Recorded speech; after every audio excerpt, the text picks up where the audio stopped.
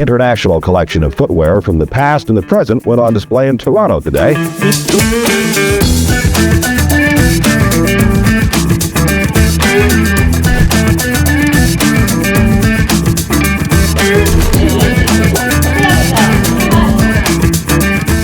To create a place where footwear would be researched, and it would also provide a unique entry point into larger cultural stories.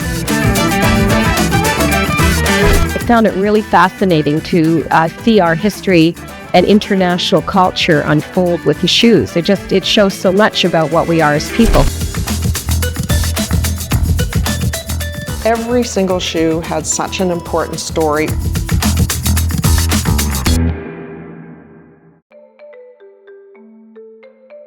Sonja Bata, who was the founder of the museum and my mother, started collecting shoes as she traveled, expanding the shoe business with my father.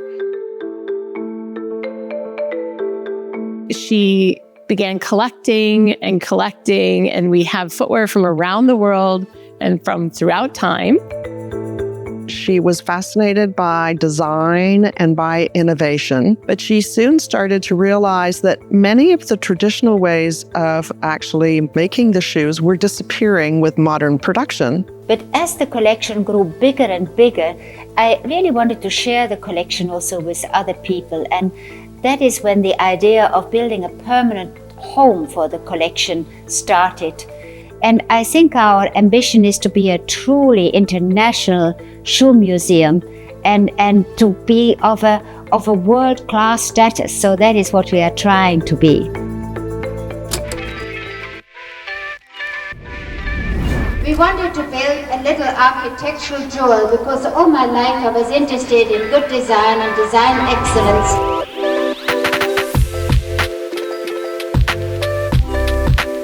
When my mother decided to open a museum, the first decision was where, and she chose Toronto.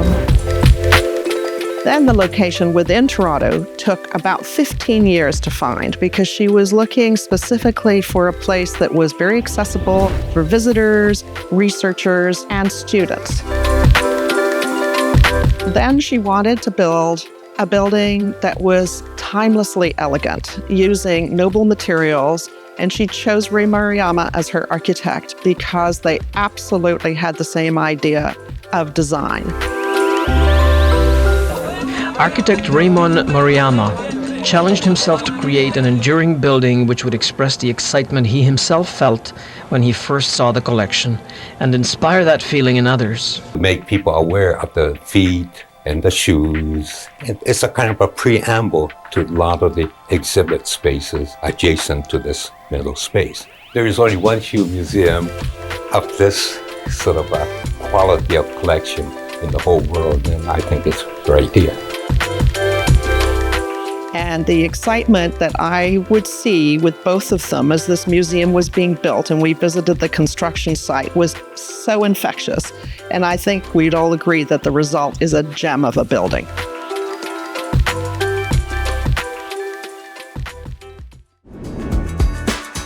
So when the museum opened, there was a weekend of celebrations.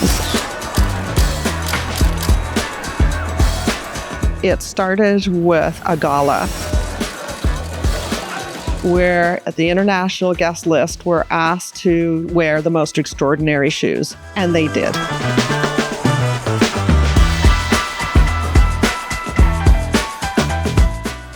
But we are opening today what I think is going to be one of the most exciting museums in Canada.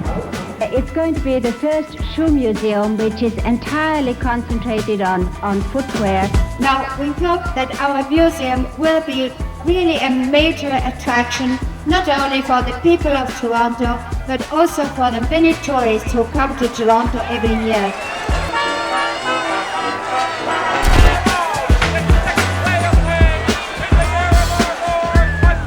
The museum was full to the brim, and there was music and there was dancing and, of course, our opening exhibitions. I think when Mrs. Bata started the museum, people were so surprised by even the idea of a shoe museum. And now we know that there are major museums around the world who do shoe exhibitions. shoes as a focus of research is taken much more seriously. And so I think that how the world sees us is how things have changed. So we have incredible pieces from Siberia, from Mongolia, and other far reaches of the world. And gradually it grew to the point where she decided that she wanted to share it in a museum. The museum now has over 15,000 artifacts spanning 4,000 years in every continent. They range from 19th century French chestnut crushers with long metal spikes to shockingly tiny silk slippers for Chinese-bound feet, from ancient Egyptian sandals to cutting-edge sneakers. There are so many stories embedded in every single artifact in here that we can take a story concept and then go in and try to find the shoes to support exploring that idea. Over the 30 years, we've shown that footwear really offers a very unique window into so many things, yet it's totally relatable. So a way to explore larger cultural questions through the incredible exhibitions that the team here has put together over the 30 years. The museum has been able to do many amazing exhibitions over the past 30 years, but some stand out as real highlights. The Spirit of Siberia was one of the museum's most significant international partnerships and included loans from the Russian Museum of Ethnography shortly after the collapse of the Soviet Union. The exhibition looked at the intricate designs executed in fur, embroidery, beads, paint, and dye that adorned indigenous footwear from across Siberia. The work of the Evenki, the Koryak, the Nanets were all represented in this incredible exhibition. Heights of Fashion was the first exhibition to explore the history of the high heel, and its work, which began to investigate where the heel originated, tracing it as far back as 10th century Persia, looking at how European men were the first to wear them, generated a great deal of additional research here at the museum, as well as additional exhibitions, including Standing Tall, The Curious History of Men in Heels, and Rough and Ready, A History of the Cowboy Boot. Out of the Box, The Rise of Sneaker Culture was the first North American exhibition to really focus on the history of the sneaker. It included over 120 iconic designs spanning over 150 years, and it too led to additional exhibitions, including Future Now, Virtual Sneakers to Cutting Edge Kicks, and Artwear, Artists and Sneakers. Increasingly, we're able to travel our exhibitions. They go far and wide, and not only been able to send full exhibitions to many places, we also actively loan artifacts to museums around the world. And so people can come here to Toronto and see what we do here in the city, but also, increasingly, what we're doing is visible and seen around the world. Here at the Bata Shoe Museum, we've been able to work with amazing contemporary shoe designers. One of the most important for me personally is Beth Levine. She is one of the few female designers to design footwear in the 20th century, and she had a very close relationship with Mrs. Bata, and we have an incredible collection of hers. We've also been able to work with Manola Blahnik, with Christian Louboutin, with Salehi Ben-Buri, Dwayne Edwards, the list goes on. And each one of them, it's been incredible to have them here and to see the collection. It's nothing like showing our shoe collection to a shoe designer. And so we've been able to include them in exhibitions, include them in programming. It's just a wonderful relationship that we are able to have with these significant figures in the history of footwear design. Over the last 30 years, we have also used the topics explored in exhibitions to create engaging programming, events, workshops, social media engagement, children's education. The list goes on.